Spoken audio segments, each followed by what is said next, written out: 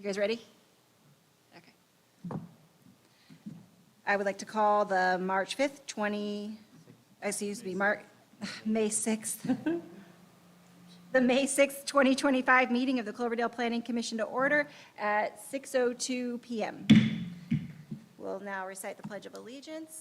Commissioner Cadle, would you please start us off?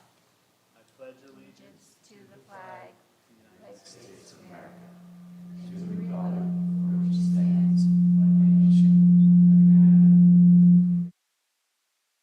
justice for all.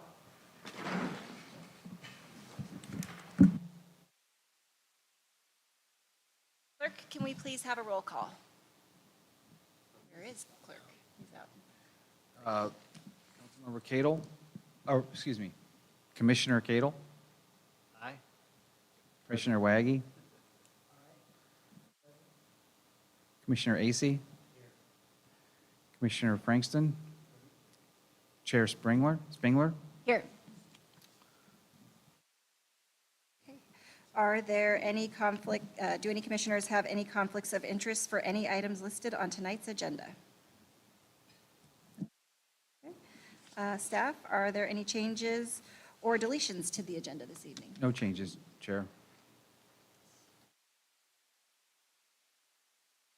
Any person wishing to speak to the Planning Commission on any item not listed on the agenda may do so at this time. Pursuant to the Brown Act, the Planning Commission is not allowed to consider issues or take actions on any items not listed on the agenda.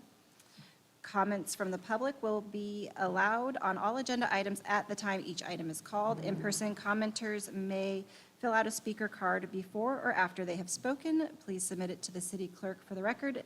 3 minutes are allocated to each speaker. We are not taking virtual comments at this time. With that, I will now officially open public comment period at 6:04 PM and let it reflect that there are no members of the public in attendance.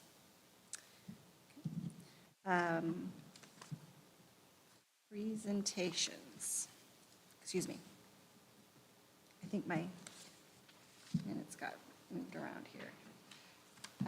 We have no presentation, so we will move on to approval of minutes. Is that right? Yep. No, is the date right? Approve the October 1st draft minutes? We didn't approve the October minutes? No. Okay. I don't know why, but it was carried forward. It wasn't an issue, it just didn't get timed right or So something. October and March. Correct. Can we do them as one item? Yes. Okay.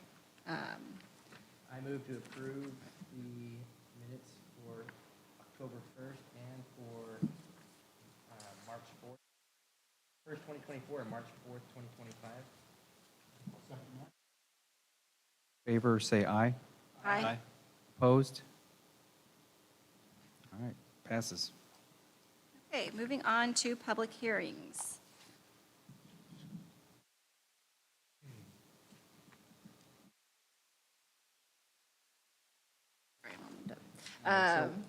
Recommend city council adopt the updated circulation element. Thank you, Chair. Mary Bean is here tonight. She's our CEQA consultant. She's going to be helping us out on the presentation. Rafael and I are going to go through a little bit of background and a little bit more of like what a circulation element is. And I believe we have our transportation consultant. Do you see him out there, Mary, or? Yes. Okay. Ian is also joining us. So you can just take it down to the next one, Mary, if you don't mind. So we've talked about the general plan a fair amount here at the Planning Commission. We did the housing element. That was a big project. That's part of the general plan. There's 7 required, they call elements, but they're like chapters. Circulation is one of them, housing and land use, and there's obviously other ones.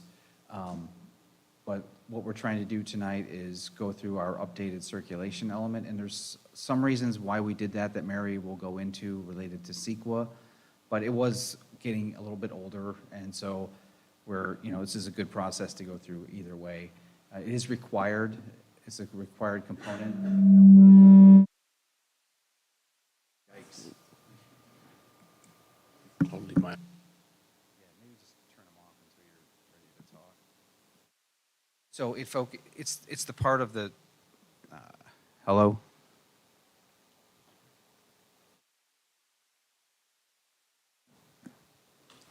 Is that the bad one?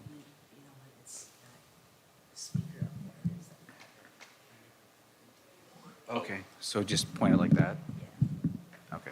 Can you hear me? Yeah, it's on. He's got to Check. adjust it. He's got to adjust it. Oh, hold on.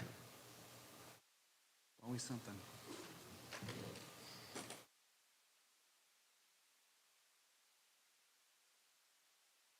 Good?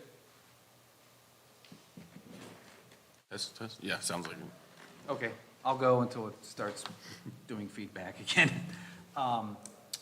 So the circulation element is really the part of the general plan that looks at the way people get around town, cars, the way things move through town. You know, it's really kind of the backbone of our infrastructure. It does look at a lot of different things, cars, truck routes, pedestrians, bikes, everything. And you may recall, we did the active transportation plan fairly recently, where the planning commission gave a lot of input on that. It's similar to this, but the active transportation plan, you know, really focuses on non-motorized transportation, walking and biking. And those are generally done for grant funding. It is a separate document, and it, you know, it really focuses on that. But that's not really required by law. This is required. And active transportation plans are good for getting grant funding to have one of those in place. And that was actually funded by a grant through SETA. So they offered to complete the active transportation plan, which is done, and this is kind of a secondary thing to that. This is required by law. So it, you know, it does integrate our land use planning and our sustainability and public health. It looks at how we're going to grow and how we're going to accommodate that in terms of, you know, policies for getting streets, highways, transit, bikes and pedestrian networks, you know, making sure movement of goods is efficient through town. And it also talks about airport and rail systems, which, you know, it does talk about SMART a lot, but we don't have, you know, really much of a rail system other than the future SMART. It also talks about complete streets, which is a concept we'll talk a little bit about. It's really talking about making streets that are available for every mode of transportation, not just cars. And that is there's been a couple state laws that are requiring us to consider that in our circulation element. And then there's the VMT, which Mary's going to talk a lot more about. It is a metric used to evaluate, well, I'm not going to say it, Mary. I'm going to let you do it because you're better at that one. So you can jump in at any of these if you want, Rob. Yeah. So, you know, the key components are the roadway classifications. You have arterial roads, side roads, smaller roads, public collector streets, arterials. Yeah, thank you. Public transit planning, bike and pedestrian infrastructure, and traffic safety, emergency access, and again, goods movement routes. These are things that are required to be in the circulation element. Next. Multimodal integration, this is kind of the complete streets concept. You know, we're not just looking at the ways cars and trucks get around town, but also pedestrians, cyclists, public transit, and, you know, mobilely impaired individuals.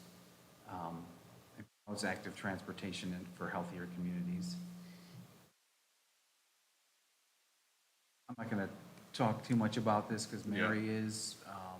This is really the metric that we use to evaluate projects and how they're going to impact our roadways. And there's a couple ways to do that. And this is a good graphic, kind of, you know, showing that level of service isn't going away, but this is kind of the main, I shouldn't say the main reason why we're updating our element. There's lots of reasons why we're updating the circulation element, but in terms of CEQA, how they evaluate, you know, the California Environmental Quality Act, how they evaluate impacts the environment nowadays for traffic is vehicle miles traveled, not level of service. But in our actual circulation element, you'll still see that level of service is still there to, just for like our own, making sure that our, intersections are still functioning properly to city standards and things like that. But, so they're both still around. So, next slide. So this is just an example of like kind of where the rubber hits the road. So, the previous slides are just kind of in general things, what it generally talks about, but this is just an example of what actually is in the document. There's, lots of goals and policies, and then there's implementation measures, and then, so yeah, it kind of breaks it down. There's a general goal, and then each goal has a policy, and each policy has implementation measures, how you actually, how we get the things done. And then even below that, there's, responsibility, what department's responsible for it, the time frame to get it done, and we have to list some kind of funding source as well.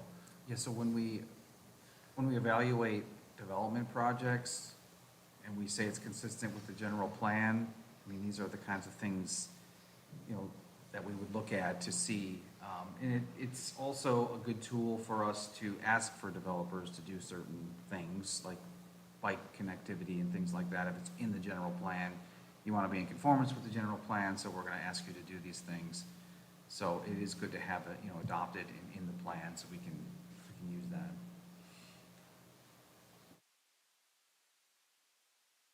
So the complete streets, this is just a kind of a graphic of what it is. We're required to include this in our circulation element as a sort of an evaluation tool. I don't know if that's the right way to say it, but it does, it de-emphasizes the car, and it puts, an equal amount of weight on all of these modes of transportation. Also, the way streets look, lighting, shading, things like that. And there was I forget what SB, one of those SBs that really required cities to consider complete streets in their circulation elements. And the one thing that relates to complete streets also that we didn't have, throw a graphic in here too, but was like, you might hear the other term, safe routes to school. That's something that's it also in our circulation element. And complete streets kind of goes along with that. Mary, is Ian out there, or? Yes. Ian, can you hear us, or?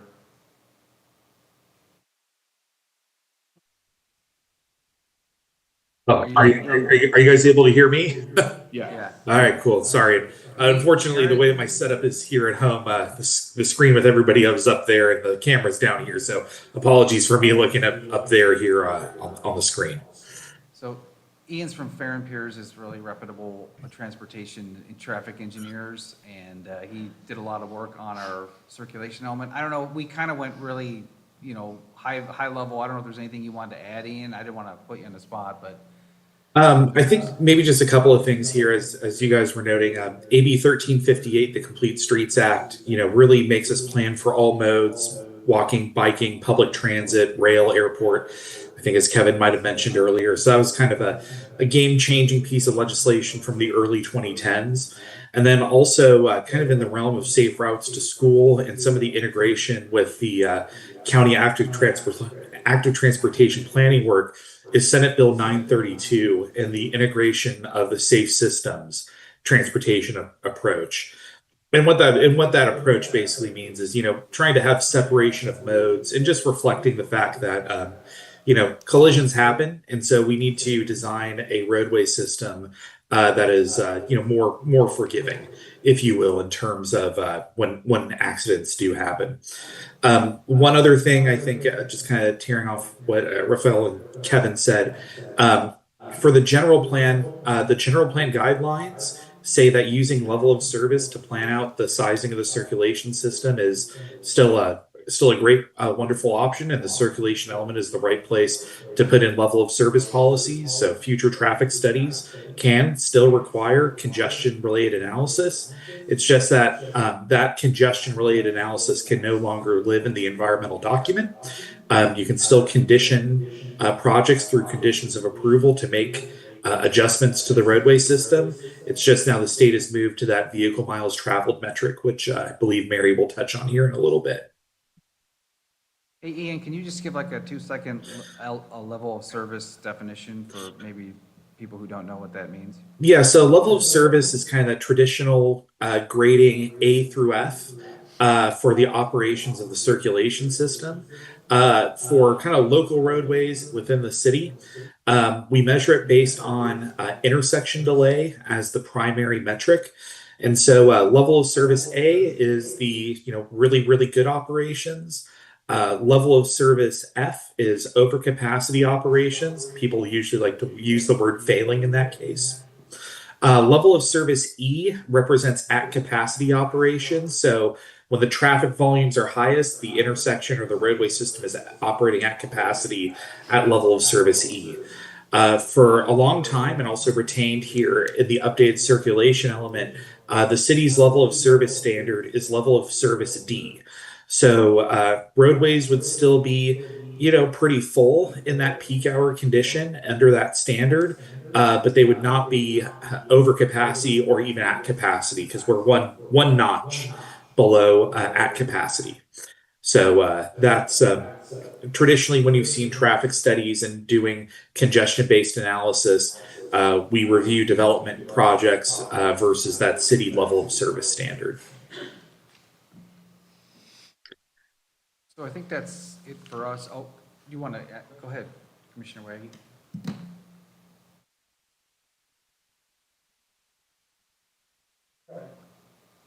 Time element to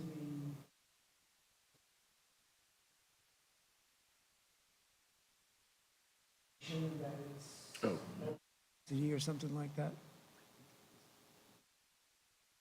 Sorry, would you mind repeating that? It only came halfway Is your through. mic on? Bill? Is there a time element to the level of service measure, like 10 minutes, 20 minutes, or something like that? How do you measure it in a time-based system? Yeah, so the traditional analysis periods are the morning AM peak 1 hour of traffic and the PM peak 1 hour of traffic. So we look at those weekday AM and weekday PM peak hours, if you will, and assess the level of service over that period. There is some other, without getting too deep into it, there are some other ways that we adjust for peaking within that hour, particularly near schools. But kind of the standard practice, if you will, is looking at that morning peak hour and that afternoon peak hour that generally align with school and commute traffic. And so what that does is kind of for the worst case 2 hours throughout the weekday.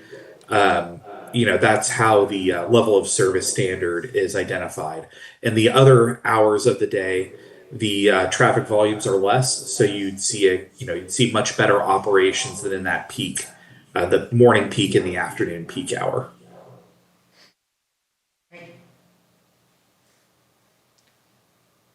So I think that's it for, we're going to talk about the CEQA analysis, which was a big part of this scope of work on this updating of the circulation element. And that's where Mary comes in. She works for First Carbon.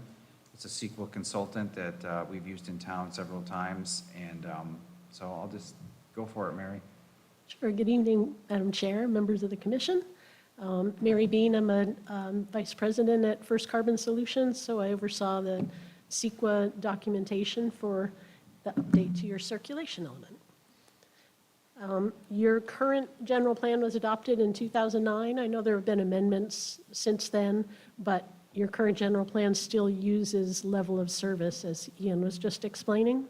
And the state of California now mandates that you use a different metric called vehicle miles traveled rather than LOS. So you still do your LOS work to make sure that your intersections and streets are functioning properly, but for CEQA purposes, you have to include vehicle miles traveled. So we needed to update your circulation element to ensure that you were in compliance with state requirements. And that's called SB 743, came into effect in 2020. So it looks at average trip length per capita, and it requires projects to demonstrate a reduction against the city or county or regional average trip length. So it's a way to try and get projects to be more pedestrian-friendly, get people out of their cars, get them walking, using alternate forms of transportation or transit, and not so much single occupant vehicles. You get there's a screening process at the start. If you're within a half mile of a major transit stop, bus stop, that's a high-volume cadence. If you have a greater floor area ratio than 0.75, you screen out of having to do more analysis for VMT. So depending on where the project is located, you may or may not have to do more work. So again, trying to encourage people to be infill, close to transit, and make things more walkable, or certainly not need for a car. So the circulation element addresses that, SB 743. It updates policies where needed to affirm that the city is using VMT rather than LOS under CEQA. And then, as Ian mentioned before, it ensures consistency regarding complete streets. So there's policies in the circulation element that talk about supporting all modes of travel: pedestrians, bicycle, children, seniors, disabled persons, transit. So it's a pretty simple process. Ian did a great job providing the updates so that we could do this on an accelerated time schedule. So the city's the lead agency. We're looking to see if there are any potential environmental impacts and to avoid them if we can, or to mitigate them if needed.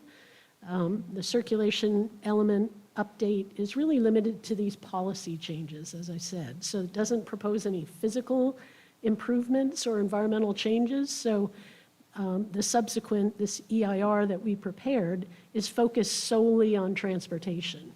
If you've seen an EIR before, you know it goes through, 17 or 18 different topics now, from aesthetics and air quality, geology, hazards, all those different things, all the way to utilities. We were able to scope all of those out and just focus the EIR on transportation. Here's our timeline. We started about a year ago, gave the public an opportunity to comment on what they thought the scope of the document should be. Then we prepared the document. There was a public comment period later in 2024. We prepared responses to comments, although we only got one letter. It was from Caltrans, and they basically said, thank you for doing this. So they didn't ask any questions or require any changes to the document.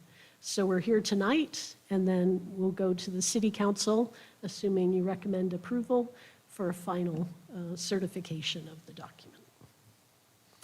Some key conclusions. So I talked about this 15% reduction from a statewide or regional average. We look at a few different things: residents, employees, and total city VMT. So you meet the metric on 2 of the 3, but I highlighted in yellow the one that doesn't give you that 15% reduction. A lot of small cities and towns have this challenge, so it's not surprising. That just means that we had to call out a significant and unavoidable impact for that one metric. So we did that. We have a bunch of mitigation measures that Ian helped us craft, ensuring that all future projects have to apply those screening thresholds. Are you within a half mile of a transit station? Do you have a higher floor area ratio, et cetera? If you don't screen out, then this second mitigation measure requires you to do the quantitative analysis and identify what's called TDM, Transportation Demand Management, if you can't meet that 15% reduction. And those are things listed here that will enhance people's ability to get out of their car, to walk, ride their bike, parking reduction to encourage people to find another way around, transit enhancements, et cetera. And the final one relates to a mitigation bank for VMT that the county is looking to set up, Solano County Transportation Agency. So if you don't screen out, and if you can't do your transportation demand management measures in sufficient number to get you to 15%, the city may also require a developer to pay into this mitigation bank. So those are the 3 we came up with. Like I said, we got one letter from Caltrans, didn't require any changes to the draft EIR. So if I hold it up here, here's our final EIR. It's pretty thin. So the next steps is to go on to city council, but both myself and Ian, Kevin and Raphael are here to answer questions. Is it safe to say that like small rural towns like Cloverdale are more affected by this VMT change because everyone kind of has to drive out of here to get to work? So just by the nature of where we are, there's more miles traveled. So Correct. that's kind of why so we could have been in a situation where a small project could have had to do a full EIR, because once there's an impact identified that can't be mitigated, like, okay, they can do this or that and mitigate that impact. Once they can't do that, then they have to do an EIR. So we were kind of thinking that small projects could really be put into EIR, which is very cumbersome and expensive and time consuming. And so, I don't know, that's. Yes, and Ian can talk more about that as well. I know at the state, this came into being 5 years ago, and the state is always looking to refine and improve and enhance. So I think they've realized that small cities, rural cities, and towns are kind of penalized by this. So there may be things afoot that might refine this. But the step you're taking tonight in updating your circulation element provides cover for future projects, because you've already disclosed, hey, there's this unavoidable impact. Part of the approval for the council will include an overriding consideration that'll likely talk about that small towns, rural communities are kind of at a disadvantage when it comes to complying with VMT and implementing it. So it should be an easy decision to make. Yeah, I was just going to add in that I think Mary hit the nail on the head. For small agencies, and certainly agencies that are further away from, let's say, the core of the Bay Area, have been taking this approach, if you will, of identifying the significant and unavoidable impact with the general plan EIR to allow future projects that are consistent with the general plan to not have to go reinvent the wheel and do their own analysis. They can tear off of this environmental document. They'll still need to implement the mitigation measures as were presented by Mary. And Mary, if I'm saying anything wrong here from a CEQA perspective, you are the CEQA expert. But generally speaking, yes, agencies that are further away from the core of the Bay Area or the core of the Los Angeles metro region, if you will, are taking this approach to help streamline future development projects going forward. Projects that require a general plan amendment, however, will not be able to tier from the current general plan, from this updated general plan EIR. So they'd still be subject to doing their own VMT analysis because they need to do, an amendment to the general plan there. But this, as I was noting, this is a pretty common, or it's becoming a more common approach. And just one other notation, that Sonoma County Transportation Authority VMT Bank and Exchange Program, that's kind of sort of like a wetland mitigation bank, if you will, in terms of it's a different way for projects to be able to mitigate their impacts. SCTA is currently working through that program. Actually, I'm our principal in charge on that project with SCTA. So you may be hearing more from Kevin and Raphael on that in coming months. So that's a new and evolving strategy that counties and regions are taking on to help address this CEQA VMT issue.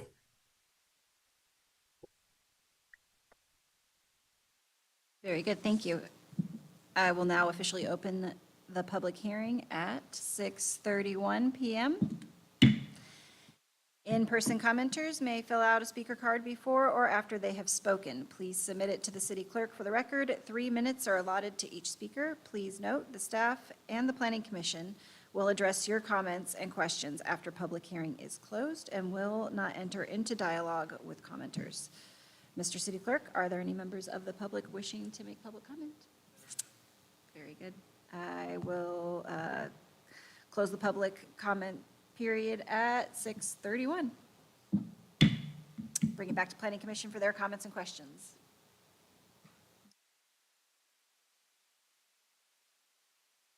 I want to thank you for the presentation. I have a question with regards to the TDMs. And I know that the state has curtailed severely the ability of the municipalities to regulate low-income housing. And I'm wondering how those two interplay and whether or not the requirement for TDM, how that interplays with the streamlining process for low-income housing. That's a great question. So there are certain, oh, do you guys want to take this? Projects that meet certain affordability levels are allotted certain concessions and waivers from standards, so that does come into play. I think it's always a negotiation. Developers may ask for the world, and you may be working with them to find something that advances their objectives while also meeting the needs of the community. So it's always that balance. But you're right.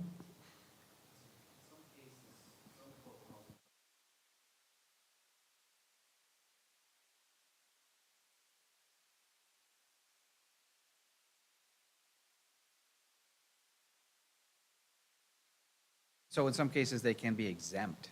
So they have to state their case why they're exempt under certain rules, but they don't have to, I mean, Mary, I mean, in theory, they wouldn't have to perform the analysis because they're exempt from large part of the, yeah. Yeah, there's a number of streamlining checklists. And so in that case, we would look at what the underlying document, the EIR said, and it says all these things. You have to go through those steps. So it still would apply to a project that might be seeking a streamlining under 15183, or I'm going into the jargon, but they'd still have to walk through those steps and be subject to and demonstrate consistency with your general plan policies and mitigation. So then would that fall under the objective standards then that we've set in place now for, For vehicle miles traveled? yeah, or for the, I mean, for the low-income housing? Because like we just went through a whole thing with, if we have objective standards, then they do have to meet them and they can't streamline that process. Wasn't that right? That's related to the appearance of the project, the objective design standards, is that? There was multiple facets to it, so, but they were, yes. But, That's about the look of the project, so, not so much the, the impacts of the Okay. project on the environment. got it. Thank you.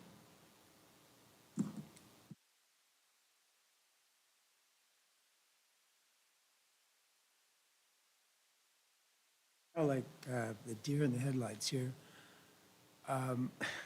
If you, if you declare it, I can't remember your terminology, but it's something you can't fix. Significant and unavoidable. Yep.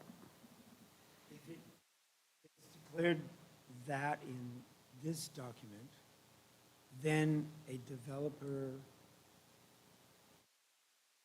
doesn't have, if they can't meet the standard, they can just rely on that and they don't have to do an EIR? Is that what you were saying, Kevin? That's right. That's the advantage of updating your elements and providing cover through the EIR that we've prepared that calls out significant and unavoidable, and so subsequent projects don't have to go through that same cycle. Yeah. Muddy the waters at all, but VMT treats, so, you know, there's residential and commercial and industrial generally in development. And in VMT, it looks at, correct me if I'm wrong, Mary, but doesn't, like, are significant and unavoidable, is it across all three? Is it residential projects? Isn't there one of them that we actually don't trigger a significant one and it's more the office ones, or is it, you know, It was the total. it's Yeah. total. So like, if someone, you know, a developer is proposing something that's just a residential project or something that's just a office project, I think it would depend on the specifics of the case, so I don't want to say one way or the other here. I'd like to think that I mean, those are just good practice mitigation, and it's state law where you look at, are you within a certain distance of a transit stop, and you go through all those steps. So I think developers will likely still be subject to transportation demand management programs, TDM. Yeah, have to see the actual, what's being proposed. What, did I misstate it, Ian? No, I think you're spot on, Mary. So projects that are consistent with the general plan may tier off of this analysis. They don't have to. A project could come in and do a VMT analysis to show that they are in a part of the city where maybe they are more VMT efficient than in other parts of the city. So applicants and the city have other options available to perhaps not be subject to that TDM mitigation measure, depending on where they are in the city. So I would say that this environmental analysis that's before the commission tonight provides one of many different ways that a application could go through the process. Um, for example, a project does not need to necessarily tier off of this document with a section 15183 exemption. They could go for what's called a class 32 infill exemption, for example. So there's still a lot of this process does not restrict the avenues that an application could progress. But it does solidify a pretty substantial avenue for streamlining purposes that projects could progress through. Just one note on that total VMT per capita metric that Mary noted. The reason why that is kind of the metric of choice for this process is because when you're doing a general plan, when you're looking at a general plan, you have to look at residential development, employment-focused development like office and industrial, as well as retail. And total VMT per capita really is the only metric that binds all of those different land uses together. So I think, as Mary noted in her presentation, the housing metric alone, citywide, was maybe 15% below that number, below the average. But what that really means is that there's parts of the city that are, maybe below that 15% number and above that 15% number, kind of on the grand average. You're going to have some on either side of that 15% number.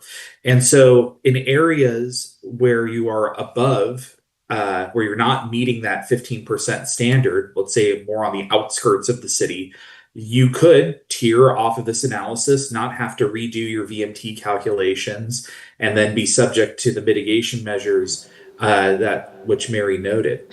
But if you're closer, let's say, to downtown, and you're an applicant, you have the option to conduct a VMT analysis and show that you're 15% below the citywide average, and then get out from under those mitigation measures. So, you can always provide, an applicant can always provide more data, or the city can always request or require more data to either demonstrate consistency for section 15183 exemptions and be subject to the mitigation measures as they stand in the document tonight. But if they want to provide more information to try and get around that process based off of where they are in the city, that's always been an option, and it can still be an option going forward. Mary, did I have that right, just in terms of the various options? I know that was a lot. Yeah. But this process here tonight does not necessarily restrict paths forward for projects. It just opens up another path forward that can substantially streamline the VMT review process.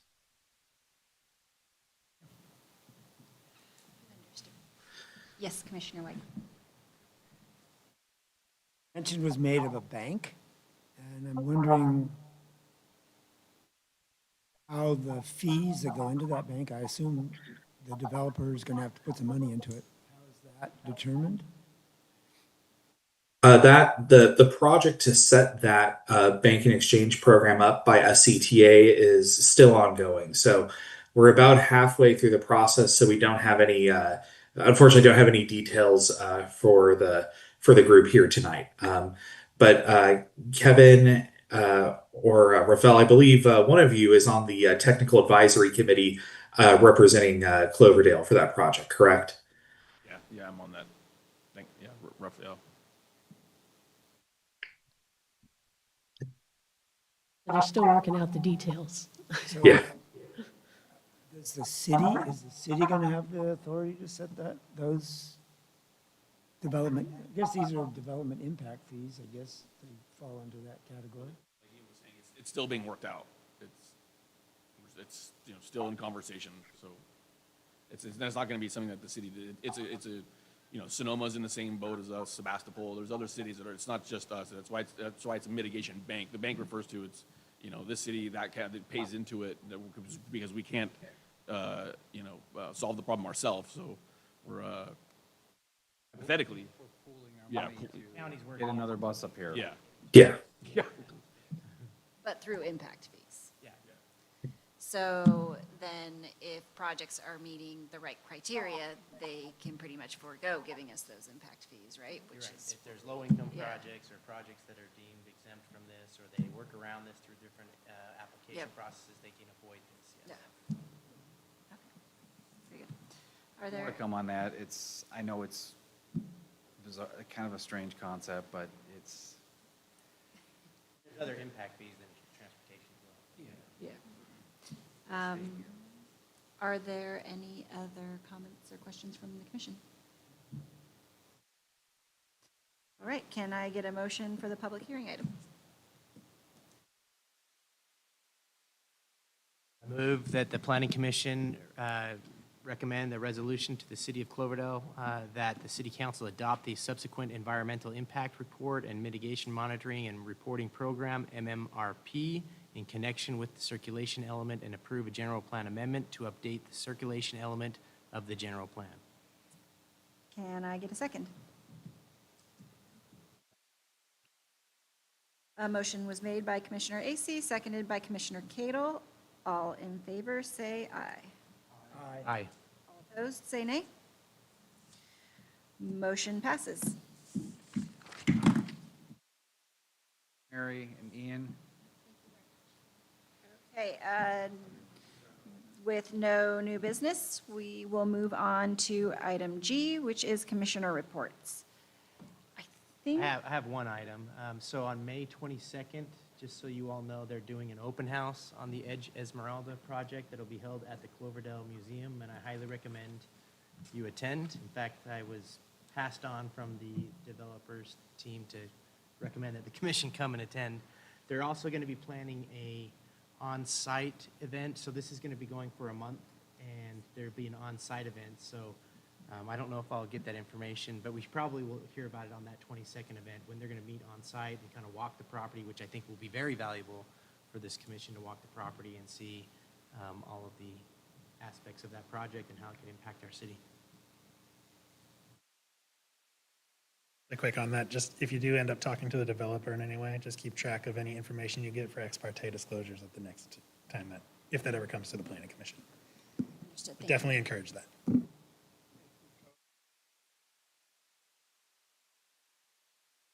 You can definitely have a dialogue with developers whenever you want. It's really just anything that any information you gain that's not part of a staff report or information. We just want the entire council or the entire commission has to have the exact same information when they're making a decision.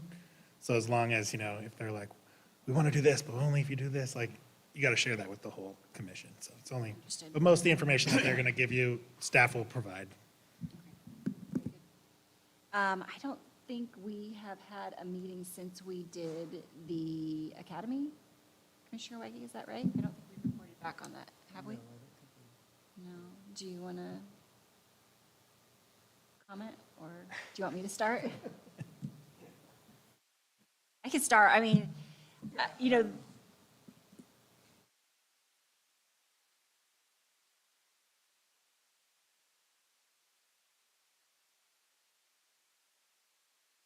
I thought it was very worthwhile and well done. One thing, which isn't a drawback or a criticism of them, but most of their problems, I think we can thank our city staff and the commission. We don't have them.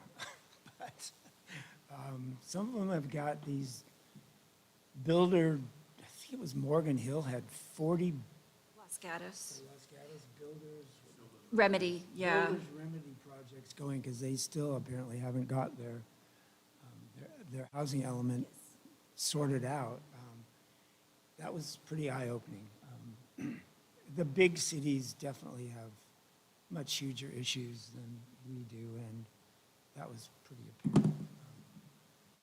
People who organized it, I thought, did an excellent job. The hotel was great, you know, they did the accommodations, everything was very well done. And it was a good exposure to listening to people with a lot more in-depth experience, certainly than I have. Yeah, it was definitely worthwhile. It was a little discouraging because they did kind of, in closing, say that, you know, the future of planning commissions may become obsolete because of the way the laws are being shifted now, that we're really having our authority constricted.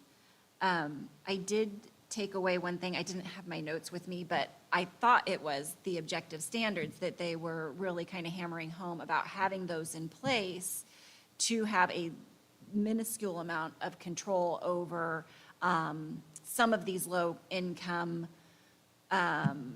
projects, in that if we have them in place beforehand, like if we had had certain things in place possibly at, say, the Asti Road project, and I thought that they had said, as it also relates to health and safety, like the design as it relates to health and safety, if we had those things in place, you know, we could have made some sort of reasonable objections about certain things, but we can't go back after the fact and say, well, this doesn't meet health or safety for whatever reasons. Like, we have to have those reasons established in advance, and they were just saying how important that is to make sure that, since those are the only tools we can use, which is still very difficult to use those, but if we happen to have them in place, it gives us a better argument. And that was probably my biggest takeaway. Wasn't it objective standards that we were, I thought that was the term that they were using, and and people were kind of giving those health and safety kind of concepts or hypotheticals, and they were saying, well, those would have to be in place in advance. Even if you know, you have a good argument that it's, you know, doesn't meet health and safety once it's been proposed, you can't backtrack and say, well, it's not healthy, it doesn't meet health or safety now. Like, it has to be in place in advance. And I think that was maybe the biggest, most important takeaway I had from it. That's a good point. Working on the objective design standards, we're almost to a draft, so keep that in mind when we bring them to you. Make sure. Great, yeah. And it is really the only legal recourse you can do to kind of put any control on some of these projects that are exempt from so many other things, that's health and safety.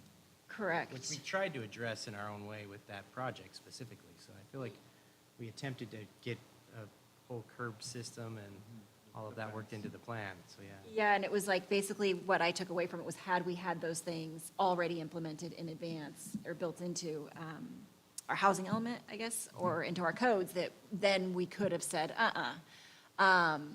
The other thing, though, that, you know, is really concerning, and I brought it up at the town hall that we had regarding the removal of the Potter Valley dams, is that, you know, moving forward, they really said that we're very limited, and that we absolutely, which we already know, right? We already know that we have to approve these projects. But moving forward, I don't know if the dams get removed, which obviously it's looking probable, and we see this serious decline in our water resources, is this something we can put into our objective standards now, so that we can have more ability later to say, hey, we can't do it, and have some sort of standing with the state? Because what's going to happen? Are we going to have to start, because we have to approve these low-income housing, and we're already taking away restricted resources, do we now have to then, you know, decline the things that we have control over? Like, is that what's going to happen? Are we going to have to decline, you know, the projects that we can, just because we are being forced to do the low-income projects, so we're not getting a really good mix of, you know, different income levels and housing? Yeah, it's really limiting what we can do, is particularly when we're talking about the removal of the dam. So I don't know if that can somehow be worked into health and safety, because it really does impact our health and safety.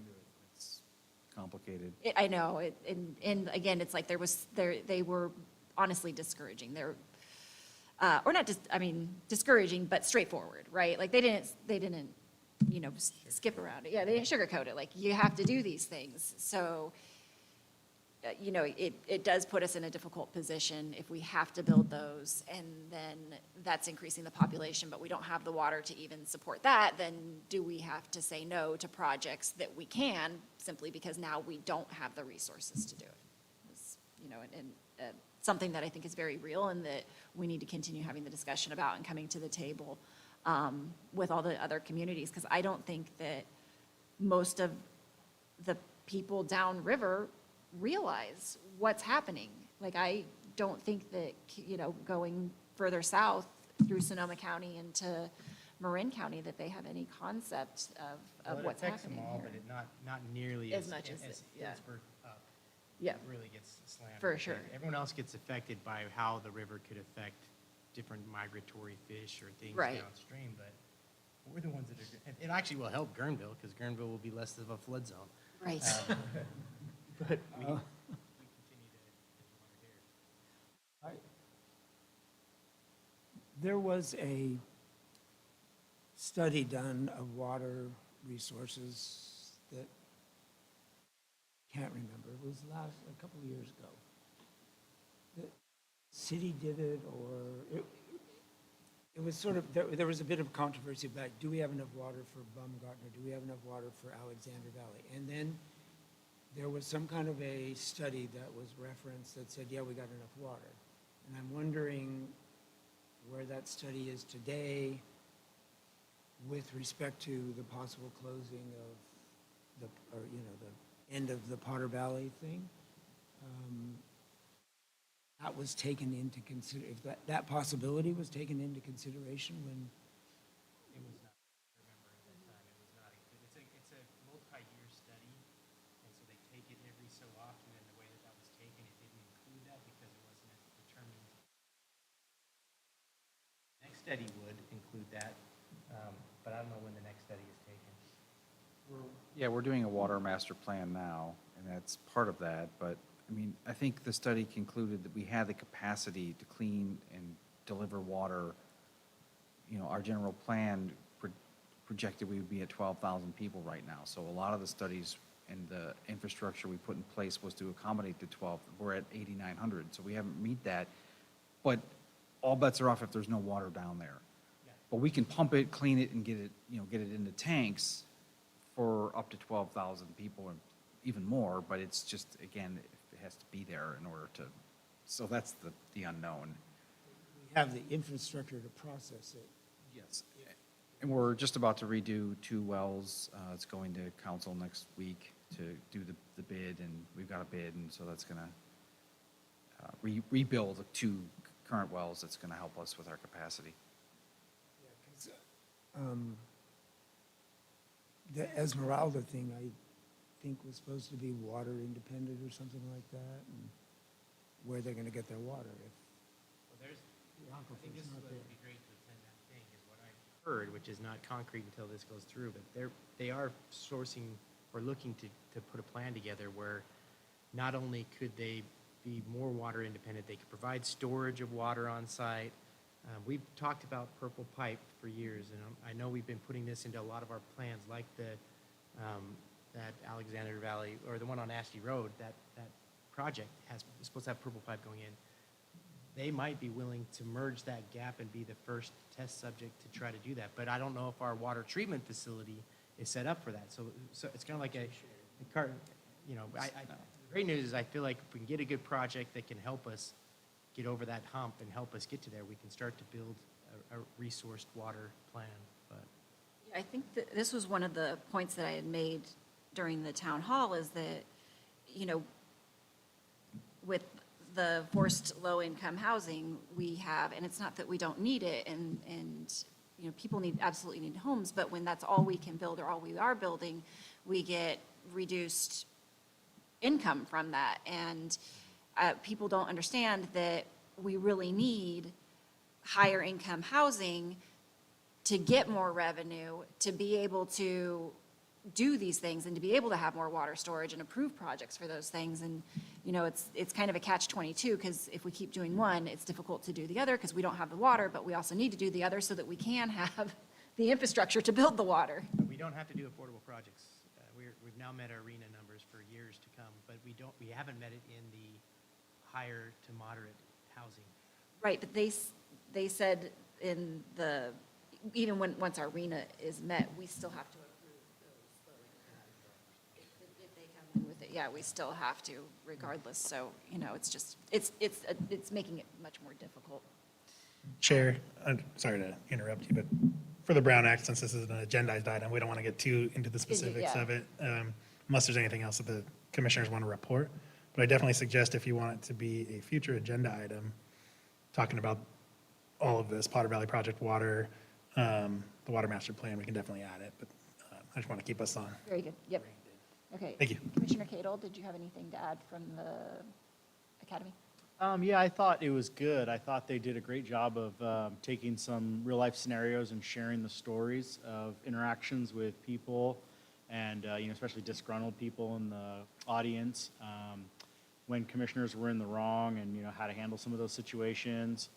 And then I like how they broke it up where they had different topics you could go and learn on at different times. It wasn't just like one convention where you're stuck in a room listening to the same presenter or, you know, they did a good job of giving you options to go into more basic stuff or more advanced topics and strategies. So that was good. Yeah, I agree. Say, if you haven't submitted your travel and advance reimbursement forms, please do so. For those of you who have, I apologize. I will get those processed this week.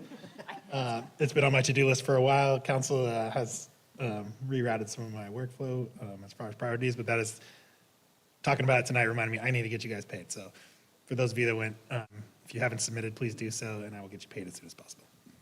Any other commissioner reports? No? Department reports?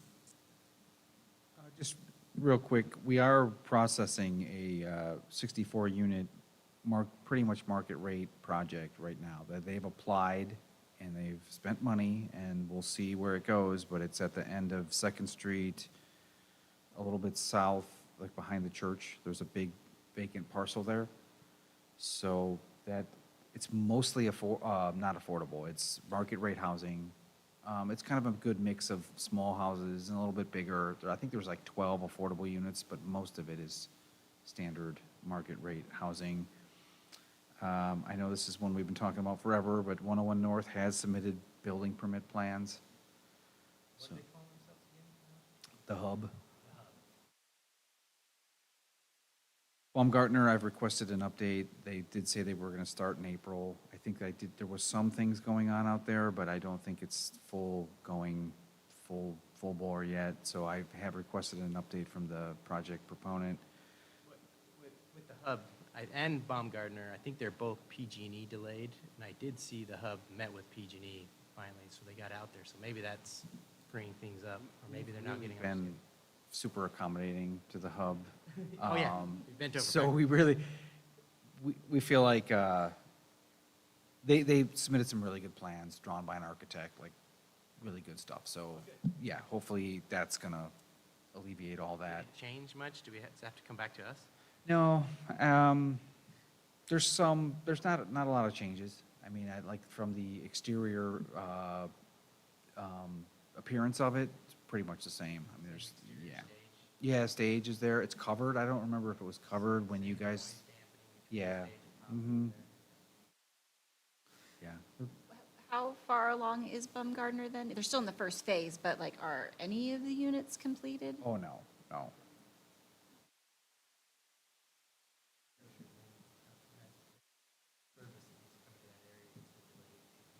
Yeah, that's what they have been telling us. I mean, it does, people are, jiving with that story, so. The CEQA work for Soda Springs is about half done, so Soda Springs open space, we're hoping to have that open like early fall. Actually, Mary's the consultant on that. And our next meeting is June 3rd, and we are gonna have that meeting. There's a couple things that have came out of a subcommittee that requested the planning commission consider. I'm not gonna get into what those are, but you'll get a crack at it, and it'll be zoning changes. Are there any commission direction on future agenda items? Chair, just one last thing I forgot. Our vacancy ordinance is going to go for its second reading at the council next week. And so that's going to require owners of vacant properties to register with the city, pay a fee, requires an inspection from the fire department and our building department. And there's a couple other things in there. So that, one thing the council changed was we proposed it being downtown. They said do it citywide. So it's going to be a pretty big effort. In the real estate world, that's something you might want to know about. It's not overly burdensome, but it is trying to get at some of these chronic vacancies. Commercial vacancies, yeah.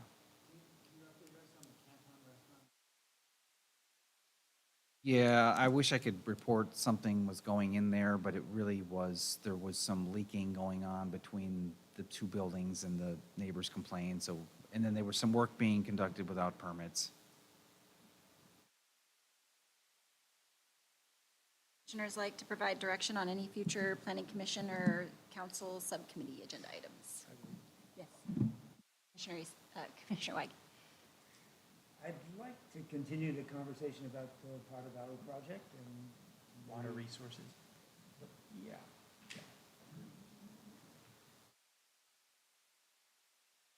Valley project is such a big scale project that our city plays a minute part in it, but we're so influenced by it. But I think what our attack should be on a resource plan. How do we get resources wherever we can, how we can, and how do we involve ourselves in that Potter Valley project? There's, Any updates on that lately since the town hall? Like, From the Potter Valley project? No, but PG&E is still continuing to decommission, and so they have its calendar. Mike's getting brown act. It's A little moving bit, but- forward, so the best case scenario is that we could try to get a plan in place to help coordinate with that, maybe save a lot of money, and essentially move the paper. Learned a lot about it, and we can put an agenda item. Maybe we get someone in here who's knows more and give us an update. Bring my wife in. Yeah. then just so the commission's aware, one second. Huge amount of stuff on that thing. Council recently requested that we create a subsite on our website, cloverdale.net/PVP or/Potter Valley Project. If you go to that, we do have a call to action from the council. They're requesting citizens to fill out a letter and submit it to a bunch of folks. So if you go to that site, it's worth checking out. There's a lot of links, lots of information that the council is wanting to provide. What? Yeah, I'll send you out the link to it. It's in the newsletter, it's on our social medias, we're really pushing it out hard because we really want community involvement on it. And council has made a standing item on their agenda for the Potter Valley project. I'm not sure if that's something that interim director Thompson would want to have here, or if it's just an individual item, but as far as if you're just looking for information, but for this direction on future Agendize it. agenda items, one item. Recommend we agendize it, and then if you want to keep going, or we can, yeah. Yes. We let's want do to that. definitely keep you folks in the loop on what's going on. And then, there's discussion amongst commissioner or council members to have ad hoc things and different things. And I think that it's a valuable resource to have our commissioners be a part of that. So definitely reach out to your council members. One of our council members is the planning commission liaison, so I will shoot them an email and let them know that they are interested. But we'll add it.